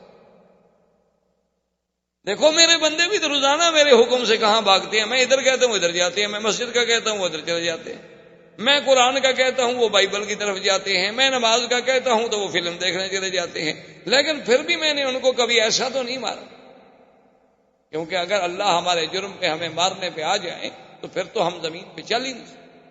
یہ تو قرآن کا فیصلہ ہے، وَلَوْ يُؤَاخِذُ اللَّهُ النَّاسَ بِمَا كَسَبُوا مَا تَرَكَ عَلَىٰ ظَهْرِهَا مِن دَابَّةٍ۔ اللہ نے فرمایا کہ اگر ہم بندوں کو ان کے گناہوں پہ پکڑ لیں تو پھر اس زمین پہ کوئی چیز آپ کو چلتی ہوئی نظر نہ آئے۔ یہ تو اللہ کا کرم ہے کہ ہمارے لاکھوں گناہ معاف ہوتے ہیں، کسی ایک آدھے پہ تھوڑی بہت تنبیہ ہو جاتی ہے کہ ہماری اصلاح ہو جائے۔ تو اس لیے بکریاں چرانے میں یہ بھی تربیت تھی کہ اچھا پھر بکریوں میں آپ نے دیکھا نا کئی قسمیں ہوتی ہیں، کوئی کالی ہے کوئی پیلی ہے، تو امت میں بھی تو کئی رنگ ہوں گے۔ بکریوں میں آپ نے دیکھا ہے کئی بار آہستہ چلنے والی، کوئی تیز چلنے والی، کوئی دوڑنے والی، کوئی چھوٹے قد والی، کوئی بڑے قد والی، کوئی زیادہ دودھ والی، کوئی کم دودھ والی۔ تو امت میں بھی تو ایسے اختلاف ہوتے ہیں، تو اللہ اپنے نبیوں سے امت کی تربیت کا کام لینا ہوتا ہے تو ان کو پہلے ایسے کام میں ڈالتے ہیں کہ انہیں تربیت کا انداز آ جائے۔ تو ایک دن حضور پاک صلی اللہ علیہ وسلم نے چونکہ کبھی گانا نہیں سنا، حضور صلی اللہ علیہ وسلم نے کبھی موسیقی نہیں سنی، حضور صلی اللہ علیہ وسلم نے کبھی جھوٹے قصے نہیں سنے، تو کبھی شادیوں پہ نہیں گئے۔ ایک دن قریش کی بڑی شادی تھی، تو حضور نے اپنے ساتھی سے جو بکریاں چرانے میں شریک تھا اس سے کہا کہ بھائی اگر تم کل میری بکریاں سنبھال لو تو میں چاہتا ہوں کہ میں کم از کم یہ تو دیکھوں کہ مکے والوں کی شادی کا کیا طریقہ ہے، شادی پہ کیا ہوتا ہے، کیسے خوشیاں منائی جاتی ہیں، کیسے قصاص آتے ہیں، کیسے وہ قصے کرنے والے لوگ آتے ہیں، تو کم سے کم میں بھی کوئی شرکت کر سکوں۔ اس نے کہا ٹھیک ہے کل آپ کی بکریاں میں چرا لوں گا، کیونکہ رات کو تو جاگنا ہوتا ہے نا، رات جاگیں گے تو صبح تو سو جائیں گے، لازمی بات ہے۔ حضور فرماتے ہیں کہ میں آیا تو ابھی مجلس تیار ہو رہی تھی، ابھی کوئی قصہ وصہ کوئی کہانی شروع نہیں ہوئی تھی، فغلبنی النوم، حضور فرماتے ہیں مجھے اتنی نیند نے غلبہ کیا کہ میں سو گیا، فما افقت الا بعد حر الشمس، جب صبح سورج نکلا اور اس کی دھوپ آئی تو میں نیند سے اٹھا۔ اللہ نہیں چاہتے تھے کہ میرا بدنی جھوٹے قصے سنے، اللہ نے نیند سے، کیونکہ اللہ جب ادب سکھانے والے ہوں، اللہ جب تربیت دینے والے ہوں تو پھر تربیت میں کیسے نقص آ سکتا۔ حضور پاک نے پھر دوسری رات پھر انتظام کیا کہ بھئی پچھلی رات تو اتفاق ہے شاید نیند آ گئی، آج رات تو میں بالکل نہیں سوؤں گا، آج حضور تیار ہو کے آئے، لیکن کہتے ہیں فغلبنی النوم، خدا کی شان ہے کہ نیند نے مجھے زبردست دبوچ لیا اور میں سو گیا، اور سب کچھ ہوتا رہا، گانے ہوتے رہے، آوازیں ہوتی رہیں، باجے بجتے رہے، لیکن ایسی نیند اللہ نے غالب کر دی کہ نیند اس وقت کھلی، مجلس اجڑ گئی، لوگ بھاگ گئے، سورج نکل آیا، حضور صلی اللہ علیہ وسلم دھوپ سے اٹھے، دیکھا تو کچھ نہیں، تو واپس آئے تو اس بھائی نے پوچھا کہ ماذا رأیت تھا، آپ نے کیا دیکھا؟ انہوں نے کہا میں تو کچھ نہیں دیکھا، مجھے تو دونوں راتوں نیند آ گئی۔ اصل میں اشارہ اس طرف تھا کہ محمد عربی صلی اللہ علیہ وسلم جس چیز کو تیرے دین میں ہم نے حرام کرنا ہے اس کو تیرے قانون میں ہم کیسے جائیں؟ اللہ تبارک و تعالی اپنے نبی کی تربیت کا ابتدا سے ہی انتظام کیا۔ ابو طالب نے اب ارادہ کیا کہ میں تجارت کا سفر کروں، چونکہ مکے والوں کے سفر ہوتے تھے تجارت۔ صلی اللہ علیہ وسلم کو جب پتہ چلا تو آتا ہے فأخذ بثوب امہ، حضور نے آ کر بھی اپنے چاچا کا کپڑا پکڑ لیا، جیسے کہتے ہیں نا جیسے بچہ ضد کرے تو ماں باپ کے قمیص کو پکڑ لیتا ہے کہ میں نہیں چھوڑوں گا جی، بس میں نہیں چھوڑوں گا، کیونکہ اس بیچارے کو کہاں جگہ ملے پناہ کی۔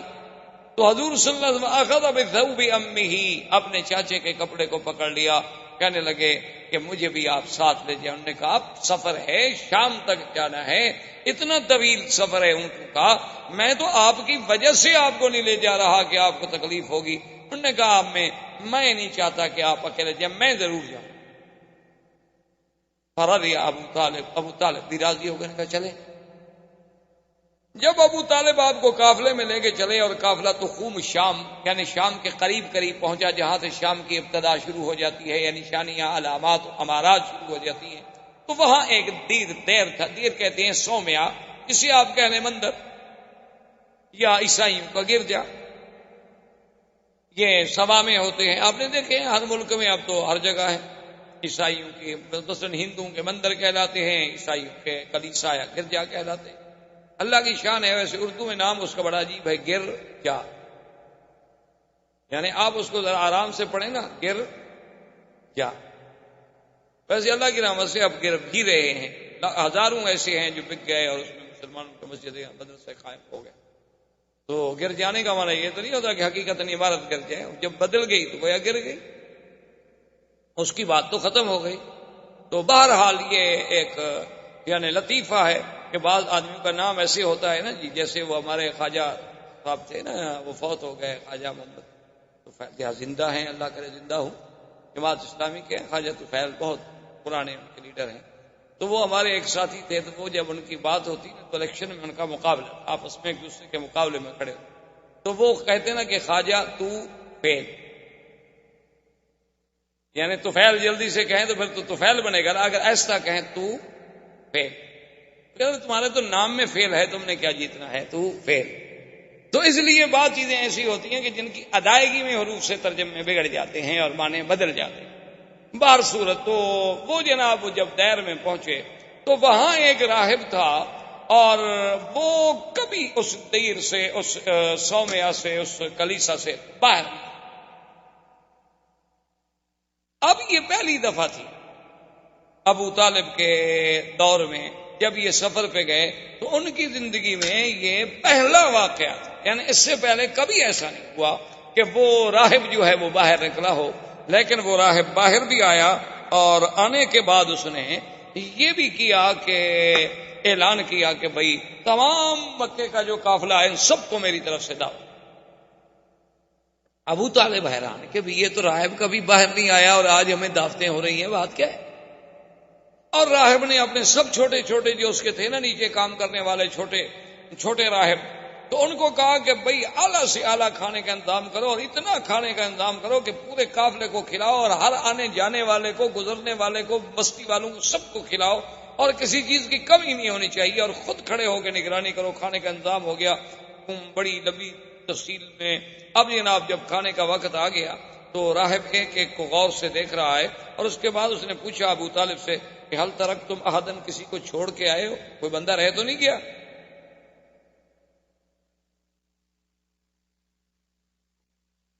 تو ابو طالب نے کہا کہ ایک بچہ رہ گیا، ہم چھوڑ آئے کہ ذرا سامان کے ساتھ رہے گا، نگرانی کرے گا.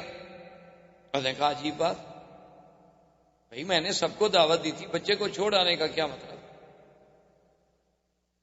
تو ابو طالب نے کہا کہ کوئی ایسی بات نہیں، وہ ہمارا اپنا بچہ ہے، ہم اس کے لیے کھانا لے جائیں گے. اس نے کہا ابو طالب کیا بات کر رہے ہو، جس کے لیے میں نے دعوت دی ہے اسی کو تو تم چھوڑ آئے. تم لوگ تو ہمیشہ یہاں سے گزرتے رہتے ہو، پہلے بھی میں نے کبھی تمہیں دعوت دی ہے. اب جب حضور صلی اللہ علیہ وسلم کو بلایا گیا تو اب وہ غور سے دیکھ رہا ہے کہ یہ کیسا بچہ ہے کہ جو آتا ہے تو بادل اوپر چل رہا ہے، آپ پر دھوپ نہیں پڑتی. جب آپ قریب آ گئے، بیٹھ گئے، ابو طالب سے پوچھا کہ من ھذا، یہ کون ہے؟ انہوں نے کہا میرا بیٹا ہے. تو اس نے کہا کہ نہیں، تم جھوٹ بول، یہ تمہارا بیٹا نہیں. اس نے کہا میرا بیٹا ہے. اس نے کہا واللہ غضب تھا. اس نے کہا میں قسم کھاتا ہوں جھوٹ بول رہے، تمہارا بیٹا نہیں ہے. اس کا باپ اس وقت زندہ نہیں ہو سکتا. اس نے کہا بات یہ ہے کہ انہو ابن اخی، میرے بھائی کا جو بیٹا ہے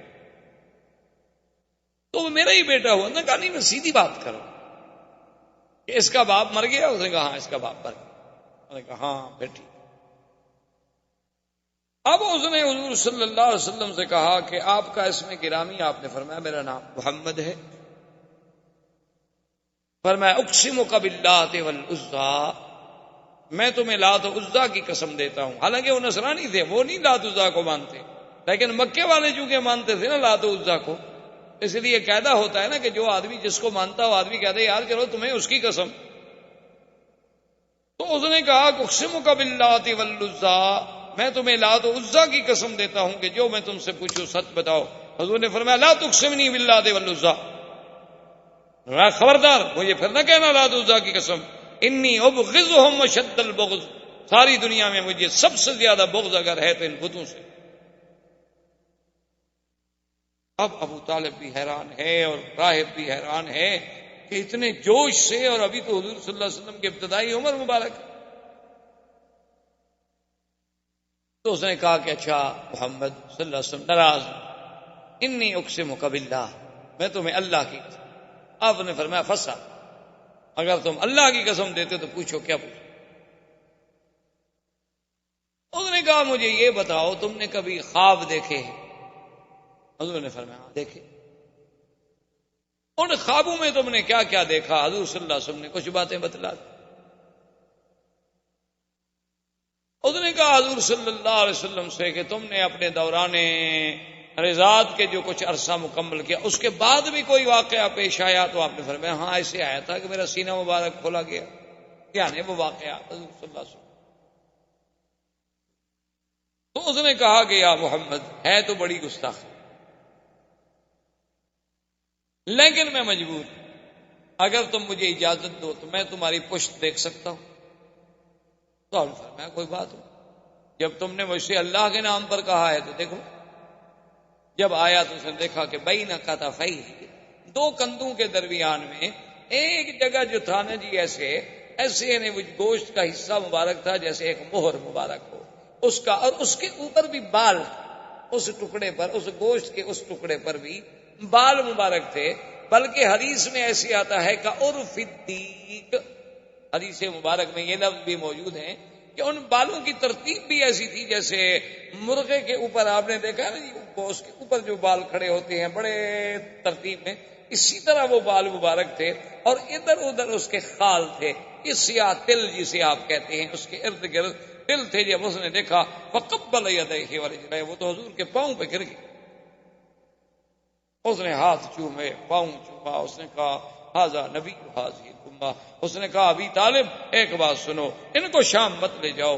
اگر تم ان کو شام لے گئے وہاں یہود ہیں اور یہود ان کو پہچان لیں گے اور یہود ان کو قتل کر دیں گے. ان کو فوراً مکے واپس بھیج دو. یہ نبی ھذہ الامہ، اس امت کا نبی پیدا ہو گیا، تم تو بڑی شان والے آدمی. تو ابی طالب نے کہا کہ اچھا.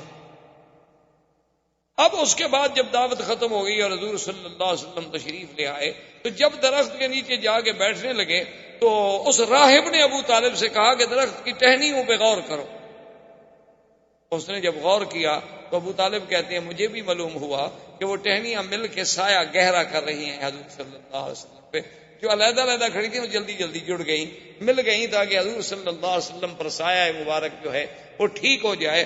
اور اس نے کہا کہ ابو طالب یہ وہ درخت ہے ما جلس تحتہ بعد عیسیٰ، حضرت عیسیٰ کے بعد اس کے نیچے کوئی نہیں بیٹھا. اور عیسیٰ علیہ السلام نے کہا تھا کہ لا یجلس تحتہ الا نبی، اس کے نیچے کوئی نہیں بیٹھے گا مگر ایک نبی آئے جو آ کے بیٹھے گا. یہ وہ درخت ہے، خدا کے لیے انہیں جلدی مکے بھیج. ابو طالب راضی ہو گئے، انہوں نے حضور صلی اللہ علیہ وسلم کو جلدی سے مکے میں، لیکن اپنا سفر جو ہے وہ برقرار رکھا کہ بھی آخر میں اتنا سفر کر کے آ چکا ہوں، شام کے قریب پہنچ چکا ہوں اور اتنی اسباب ہم لے کے آئے ہیں تو ان کو بغیر بیچے ہوئے بغیر کچھ کیے ہوئے ہم کیسے چھوڑ کے چلے جائیں. تو وہ تو چلا گیا ہے شام ابو طالب، لیکن حضور صلی اللہ علیہ وسلم واپس تشریف لے آئے مکے میں. مکے میں آنے کے بعد پھر حضور صلی اللہ علیہ وسلم ابو طالب کی کفالت میں رہے. پھر اس کے علاوہ کئی مبشرات آتے رہے. اسی اسنا میں آہستہ آہستہ اب ابو طالب کی بھی موت آ گئی. حضور کی ابو طالب ابھی زندہ تھے اور حضور کی عمر اس وقت تقریباً 25 سال کی ہو گئی کہ بی بی خدیجۃ الکبریٰ رضی اللہ تعالی عنہا جو مکے کی ایک سب سے بڑی شریف نسب سے اور بہت بڑی خاندان کی عورت تھی اور بڑی تاجر اور مالدار عورت تھیں، حتیٰ کہ تاریخ یہ کہتی ہے کہ تمام قریش کا اگر سرمایہ اکٹھا کیا جائے تو بی بی خدیجہ کا اکیلا ان سے زیادہ۔ اب چونکہ بی بی خدیجہ ایک خاتون تھی، وہ خود تو سفر نہیں کرتی تھی، وہ لوگوں کو اپنا مال دے کے کبھی تو تنخواہ پہ ملازم رکھ کے بھیج دیتی، کبھی ان سے حصہ مقرر کر لیتی، کبھی ان سے کچھ نسبت طے کر لیتی، مال دیتی۔ انہیں جب پتہ چلا کہ یہاں ایک ذات پاک ہیں جن کا نام محمد ہے اور شہرا ہے محمد ابن عبداللہ کا، آپ کی صداقت کا، آپ کی شرافت کا، آپ کی سیرت کا، آپ کے کردار کا، تو انہوں نے پیغام بھیجا کہ حضور آپ میرے مال سے کیوں تجارت نہیں کرتے؟ حضور صلی اللہ علیہ وسلم راضی ہو گئے۔ تو بی بی خدیجہ نے اپنا ایک غلام تھا میسرہ، ان کا ایک عبد تھا، خریدا ہوا غلام تھا، وہ بھی حضور کے ساتھ بھیجا اور میسرہ کو بھی مال دیا، حضور پاک کو بھی مال دیا، اور میسرہ کی ذمہ داری لگائی کہ تم نے حفاظت بھی کرنی ہے اور ساتھ بھی رہنا۔ اب حضور صلی اللہ علیہ وسلم مال لے کے شام کی طرف چل پڑے۔ میسرہ کہتا ہے کہ واللہ خدا کی قسم ہے میں نے ایسا خلق تو کبھی نہیں دیکھا تھا قریش۔ وہ تو ہم غلاموں کو غلام سمجھتے تھے کہ دور بیٹھو کام کرو، لیکن محمد مصطفیٰ کھانا میرے ساتھ کھا رہے ہیں، پانی میرے ساتھ پی رہے ہیں، اور مجھ سے ایسی باتیں کر رہے ہیں جیسے میں بالکل آپ کا کوئی ایک عزیز ہوں۔ اتنی کرم، اتنی محبت، اتنا۔ اور پھر حضور شام آئے، مال بیچا، پھر مال بیچنے کے بعد میسرہ سے کہا کہ بھی پیسے لے کے جو ہم واپس جائیں کیوں جائیں، یہاں سے مال خرید لو، وہ مکے میں بیچ دیں گے۔ تو وہ مال خرید کر کے مکے میں لے آئے اور مکے میں آ کے وہ مال بیچا۔ اب سب پارٹیاں جو تھیں ان نے تو ایک دفعہ نفع کمایا، حضور نے 2 دفعہ نفع کمایا، یعنی جب تجارت دی گئی تو اس میں بھی آپ سب سے آگے نکل گئے، کوئی مکے کا تاجر بھی مقابلہ نہ کر سکا۔ بی بی خدیجہ کو جب پتہ چلا کہ ایک آدمی نے کبھی تجارت نہیں کی اور وہ اتنی جلدی کیسے اس مقام پہ پہنچ گیا کہ سب تجارت کے تجربہ کار جو تھے وہ پیچھے رہ گئے، اس نے میسرہ کو بلایا، اس نے کہا میسرہ یہ کیسے؟ اس نے کہا بی بی کیا پوچھتی ہیں، یہ تو کوئی شان والا آدمی ہے، راستے میں ہم گئے تو راہب نے یہ کہا، میں نے تو ان کو کبھی نہیں دیکھا کہ دھوپ میں جائیں اور اوپر بادل سایہ نہ کرے، میں نے تو کبھی نہیں دیکھا کہ اگر 20 آدمی بیٹھے ہیں، حضور ایسی جگہ بیٹھے ہیں جہاں درخت کا سایہ نہیں، سایہ اسی طرف چلا جاتا ہے جس طرف یہ بیٹھے ہوں، میں نے تو یہ دیکھا اور میں نے یہ دیکھا اور میں نے یہ دیکھا۔ بی بی خدیجہ تو حیران ہو۔ اب بی بی خدیجہ کے دل میں ایک تڑپ پیدا ہوئی کہ کہیں ایسا کیوں نہ ہو جائے کہ میں شادی کر لوں۔ حالانکہ اب بدنہ بی بی خدیجہ کو شادی کرنے کا کوئی ایسا خواہش نہیں تھی، بڑے بڑے سرداروں نے کہا تھا، بی بی نہیں مانی، لیکن اب ان کے دل میں ایک تمنا پیدا ہو۔ اسی لیے علماء نے لکھا ہے کہ مرد تو بڑے دانا اللہ پیدا کرتے ہیں، بہت دانا پیدا ہوتے ہیں اور ہوتے رہیں گے انشاءاللہ، لیکن عورتوں میں بہت قلیل دانا پیدا ہوئے۔ انہوں نے کہا ایک ان میں خدیجہ تھی اور جس نے حضور صلی اللہ علیہ وسلم کو پہچان لی، اور ایک ان میں بی بی تھی حضرت شعیب کی بیٹی کہ جس نے موسیٰ علیہ السلام کو دیکھ کے پہچان لی۔ انہوں نے کہا اللہ نے ان لڑکیوں کو ایسی ذکاوت دی تھی، ایسا فہم دیا تھا، ایسا مقام دیا تھا کہ اس نے بھی موسیٰ علیہ السلام کو دیکھا تو وہ تاڑ گئی کہ یہ نبی ہے، یہ کوئی عام بندہ نہیں، اور بی بی خدیجہ بھی پہچان گئی۔ تو ایسے تاریخ میں لوگ جو ہیں بہت کم پیدا ہوئے، جیسے بی بی آسیہ تھی، جیسے بی بی مریم تھی، جیسے اخت موسیٰ علیہ السلام تھی۔ تو یہ اس قسم کی ذہین عورتیں بھی تاریخ میں بہت کم پیدا ہوئی، ان میں ایک سیدہ خدیجہ رضی اللہ تعالی عنہ۔ تو بی بی خدیجہ رضی اللہ تعالی عنہ نے ایک عورت تھی، اس کا نام تھا نفیسہ، اس کو بھیجا کہ بھائی تم جا کر ایسے حالات پیدا کرو کہ اللہ کے نبی محمد مصطفیٰ میرے ساتھ شادی کر لیں۔ جیسے لوگ ہوتے ہیں نا جی، عورتیں جاتی ہیں شادی کرانے کے لیے، پیغام لے کے جاتی ہیں، وہ نفیسہ اس قسم کی عورتوں میں سے تھی۔ تو وہ آئی حضور صلی اللہ علیہ وسلم کی خدمت میں اور آ کر اس نے عرض کیا کہ یا محمد هل ترغب فی الزواج، کیا تم شادی کرنا نہیں چاہتے؟ جوان آدمی ہو ماشاءاللہ، اتنا اللہ نے تمہیں صحت دی ہے، قوت دی ہے، شادی کیوں نہیں کرتے آپ؟ آپ نے فرمایا کہ نفیسہ شادی تو میں کرنا چاہتا ہوں، لیکن سوال یہ ہے کہ کس چیز سے شادی کروں؟ میرے پاس تو کوئی پیسہ نہیں، دولت نہیں، اور بغیر دولت کے پیسے کی شادی کیسے ہو؟ شادی کے لیے تو آخر پیسہ چاہیے، خرچ چاہیے، گھر چاہیے، میرے پاس تو کچھ نہیں۔ میں تو خود ابو طالب کی کفالت میں ہوں، چاچے کی کفالت میں ہوں، اور اگر میں کچھ کماتا ہوں تو اپنے چاچے کی مدد کر دیتا ہوں۔ اس نے کہا کہ حل ترغب فی المال والجمال والنسب، انہوں نے کہا کہ محمد مصطفیٰ صلی اللہ علیہ وسلم، کیا آپ چاہتے ہیں کہ میں ایک ایسی عورت جس میں جمال بھی ہو، مال بھی ہو اور نسب بھی، تینوں چیزیں جمع؟ کیونکہ بعض عورتیں جو ہیں جمال تو بڑا ہوتا ہے، خوبصورتی بڑی ہے، لیکن خاندان اچھا نہیں۔ بعض ایسی لڑکیاں ہوتی ہیں کہ خاندان بہت اچھا ہے لیکن بیچاری خوبصورت نہیں۔ بعض ایسی ہوتی ہیں کہ مال ہی کوئی نہیں، خوبصورت بھی ہے، خاندان بھی اچھا ہے، لیکن کوئی مال نہیں، کوئی آدمی شادی کرنا نہیں چاہتا۔ انہوں نے کہا کہ جب تینوں صفتیں جمع ہو جائیں تو حل ترغب، تو آپ نے فرمایا کہ ہاں، پھر کس کی رغبت نہیں ہوگی؟ میری بھی رغبت ہے اگر کوئی ایسی عورت ہو۔ کون؟ من آدھی، کون ایسی عورت ہے جس میں یہ تینوں صفتیں ہیں؟ اس نے کہا محمد رسول اللہ، میں آپ سے چھپانا نہیں چاہتی، یہ خدیجہ، وہ خدیجہ۔ میں کہا کیا کہتی ہے نفیسہ؟ اینا خدیجہ، خدیجہ کام سے شادی کرے؟ اس کو تو بڑے بڑے صنادید نے، بڑے بڑے رؤسائے قریش نے شادی کے پیغام بھیجے ہیں، اس نے سب کا رد کر دیا ہے۔ تو اب وہ ایک یتیم سے، میرا باپ فوت ہو گئے، میری ماں فوت ہو گئی، میرا دادا فوت ہو گیا، میں خود ابھی طالب کی کفالت میں ہوں، تو خدیجہ میرے ساتھ شادی کیسے کرے گی؟ تو اس نے کہا کہ حضور، اگر آپ اس بات کو اپنی ذات تک محدود رکھیں تو مجھے تو خود خدیجہ نے ہی بھیجا ہے۔ تو آپ نے فرمایا کہ اچھا، پھر میں راضی ہوں۔ تو جب نفیسہ نے آگے خدیجہ کو پیغام دیا نا حضور کی رضا کا، تو بی بی خدیجہ کہتی ہیں میرے لیے اس سے بڑا خوشی کا دن کوئی نہیں تھا،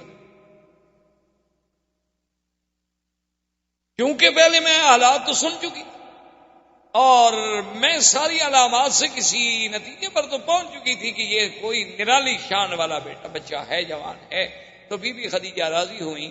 حضور صلی اللہ علیہ وسلم ابو طالب اپنے چچا اور سیدنا حمزہ رضی اللہ تعالی عنہ کو لے کر تشریف لے آئے بی بی خدیجہ کے پاس۔ تو بی بی خدیجہ نے ورقہ ابن نوفل، عمرو ابن اسد ابن عزہ جو اس کے قریبی رشتہ دار تھے ان کو بلایا، تو حضور صلی اللہ علیہ وسلم کا نکاح ہوا اور خطبہ پڑھا ابی طالب۔ خطبہ نکاح جو ہے وہ ابو طالب نے پڑھا، اور اس کے بعد جو دوسرا خطبہ ہے پھر وہ ورقہ ابن نوفل نے پڑھا تعریف کے لیے، یعنی خطبہ نکاح تو پڑھ لیا ابو طالب، گواہ موجود تھے، لیکن ورقہ ابن نوفل نے پھر تعریف محمد رسول اللہ صلی اللہ علیہ وعلا آلہ واصحابہ وسلم تسلیما کثیرا کثیرا کی شان میں خطبہ پڑھا کہ یہ بچہ جو ہے، یہ نوجوان جو ہے، اس کی کوئی نرالی شان ہے، اس میں ہم نے یہ وصف دیکھی، یہ وصف دیکھی۔ اور اس نے کہا خدیجہ، میری رائے میں، میری تحقیق میں اس وقت دنیا کی سب سے زیادہ خوش قسمت اگر کوئی خاتون ہے تو تم ہو، کہ آج تمہاری قسمت میں محمد رسول اللہ ہے صلی اللہ علیہ وسلم۔ اس وقت حضور کی عمر مبارک 25 سال تھی اور بی بی خدیجہ کی عمر 40، اور آپ سے پہلے وہ 2 شوہروں سے شادی کر چکے۔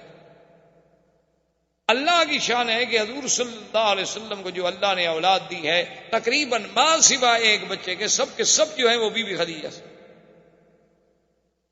حضور صلی اللہ علیہ وسلم کے بیٹے جو بی بی خدیجہ سے پیدا ہوئے عبداللہ، پہلا بچہ جو پیدا ہوا اس کا نام تھا القاسم، دوسرا بیٹا جو پیدا ہوا اس کا نام تھا عبداللہ۔ بعض لوگوں کو بڑی غلطی لگتی ہے، وہ کہتے ہیں حضور کے بیٹوں کا نام شاید طیب بھی تھا اور طاہر بھی تھا، یہ طیب طاہر آپ کے بیٹوں کا نام نہیں تھا۔ احباب کرام، اس کے بعد اب آپ اس مبارک سلسلے کی CD نمبر 4 سماعت فرمائیں۔